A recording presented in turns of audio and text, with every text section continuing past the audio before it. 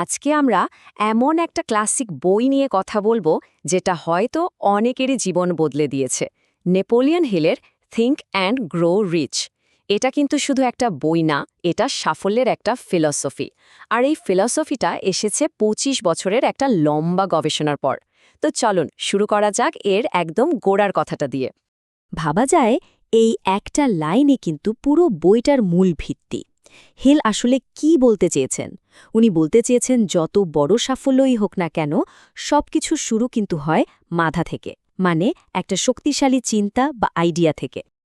এই বইটা কিন্তু এমনি এমনি লেখা হয়নি। সেই সময়ে ৫০০ জনেরও বেশি সবচাইতে ধনী আর সফল মানুষদের জীবন বিশ্লেষণ করে এটা তৈরি করা হয়েছে। আর এই বিশাল কাজটা লেখককে কে দিয়েছিলেন জানেন? স্বয়ং শিল্পপতি অ্যান্ড্রু কার্নেগি। তিনি আসলে জানতে চেয়েছিলেন সফল হওয়ার পেছনে কি সত্যি কোনো গোপন ফর্মুলা আছে। বইটার একদম কেন্দ্রবিন্দুতে রয়েছে কার্নেগির দেওয়া সেই গোপন রহস্যটা। তিনি হিলকে একটা চ্যালেঞ্জ দিয়েছিলেন, বলেছিলেন এমন একটা ফর্মুলা খুঁজে বের করতে যা সবার জন্য কাজ করবে, তবে শর্ত হল তাকে সেই ফর্মুলাটা গ্রহণ করার জন্য মানসিকভাবে প্রস্তুত থাকতে হবে। আর মজার ব্যাপার হল সেই রহস্যটাই নাকি বইয়ের প্রত্যেকটা অধ্যায় একটু একটু করে লুকিয়ে রাখা আছে। এটাই হলো সেই মূল ধারণাটা। চিন্তাই হলো বস্তু। মানে কি? এর মানে হলো আমরা যা কিছু বাস্তবে দেখি বা অর্জন করি তার শুরুটা হয় কিন্তু একটা অদৃশ্য চিন্তা দিয়ে। তবে শুধু চিন্তা করলেই হবে না, এর সাথে থাকতে হবে একটা নির্দিষ্ট উদ্দেশ্য আর একটা তীব্র আকাঙ্ক্ষা। মানে আমাদের চিন্তাগুলো শুধু মাথার ভেতরের কল্পনা না, সেগুলোকে বাস্তবে নিয়ে আসার ক্ষমতা আমাদের সবার মধ্যেই আছে। তো এই যে ফিলসফি, যে চিন্তা থেকেই সব হয়, এটা বাস্তবে কিভাবে কাজ করে এর সবচাইতে ভালো উদাহরণটা পাওয়া যায় বইয়েরই একটা অসাধারণ গল্পে। গল্পটা হলো এডউইন সি বার্নসের। ভাবুন একবার, ভদ্রলোক একটা মালবাহী ট্রেনে চড়ে চলে এসেছিলেন, পকেটে একটা টাকাও নেই, কিন্তু মাথায় একটাই জেদ, বিখ্যাত বিজ্ঞানী টমাস এডিসনের সাথে কাজ করতে হবে। তার এই প্রচণ্ড সংকল্প দেখেই কিন্তু এডিসন তাকে একটা সুযোগ দিয়েছিলেন। এরপর বছরের পর বছর অপেক্ষা। তারপর যখন এডিসনের নতুন আবিষ্কার এডিফোন কেউ বিক্রি করতে পারছিল না, তখন বার্নস এগিয়ে আসেন আর তিনি সেটা সফল করে দেখান। বলা যায় তিনি আক্ষরিক অর্থে নিজেকে এডিসনের পার্টনার হিসেবে চিন্তা করে তৈরি করেছিলেন। তো প্রশ্ন হলো, এই ফিলসফিটাকে আমরা বাস্তবে কাজে লাগাবো কিভাবে? বইটাতে কিন্তু এর জন্য একদম পরিষ্কার আর ধাপে ধাপে করার মতো কিছু কাজের কথা বলা আছে। এই ধাপগুলোই দর্শনটাকে একটা প্র্যাকটিক্যাল প্রসেসে পরিণত করে।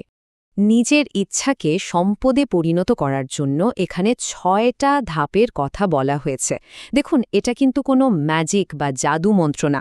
এটা হলো নিজের মনকে লক্ষ্যের দিকে ফোকাস করার একটা সায়েন্টিফিক প্রসেস। আর খোদ অ্যান্ড্রু কার্নেগি আর টমাস এডিসন দুজনেই এই ধাপগুলোর কার্যকারিতাকে মেনে নিয়েছিলেন। আসল কথা হলো শুধু আবছাভাবে কিছু চাইলেই হবে না, দরকার একটা সুস্পষ্ট পরিকল্পনা। বইটাতে কিন্তু শুধু ইচ্ছা করা আর মন থেকে চাওয়ার মধ্যে একটা বিশাল ফারাক দেখানো হয়েছে। শুধু আশা করে বসে থাকাটা যথেষ্ট না, দরকার একটা বার্নিং ডিজায়ার, মানে এমন একটা তীব্র আকাঙ্ক্ষা যা আপনাকে প্ল্যান করতে আর কাজে নামতে বাধ্য করবে। এইবার একটা সতর্কতামূলক গল্প শোনা যাক। এই গল্পটা অধ্যাবসায়ের গুরুত্ব বোঝানোর জন্য সেরা।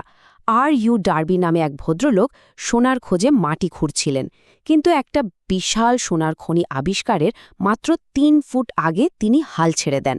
তো ডার্বি তার এই ভুল থেকে একটা বিশাল শিক্ষা পেয়েছিলেন, আর সেটা হলো সাফল্যের আসল চাবিকাঠি হলো লেগে থাকা, মানে অধ্যবসায়।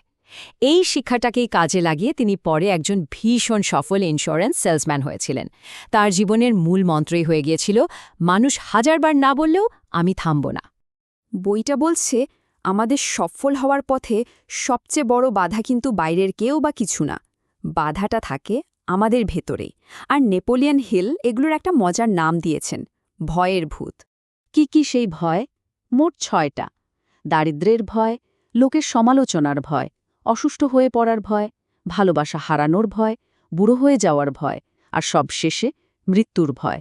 এই ভয়গুলো আমাদের মনকে সবসময় নেগেটিভ চিন্তায় ডুবিয়ে রাখে।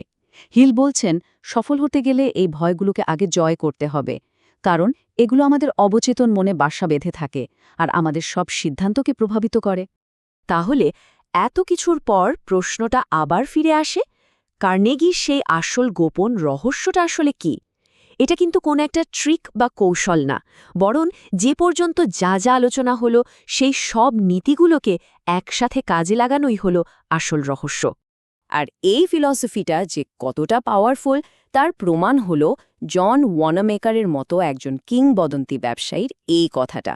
তিনি নিজেই বলেছেন যে এই নীতিগুলো তিনি ৩০ বছরেরও বেশি সময় ধরে তার ব্যবসায় কাজে লাগিয়েছেন এবং সফল হয়েছেন। এর চেয়ে বড় বিশ্বাসযোগ্যতার প্রমাণ আর কি হতে পারে? তাহলে সব মিলিয়ে আসল রহস্যটা কি দাঁড়ালো? আসল রহস্যটা হলো নিজের মনকে কন্ট্রোল করার ক্ষমতা।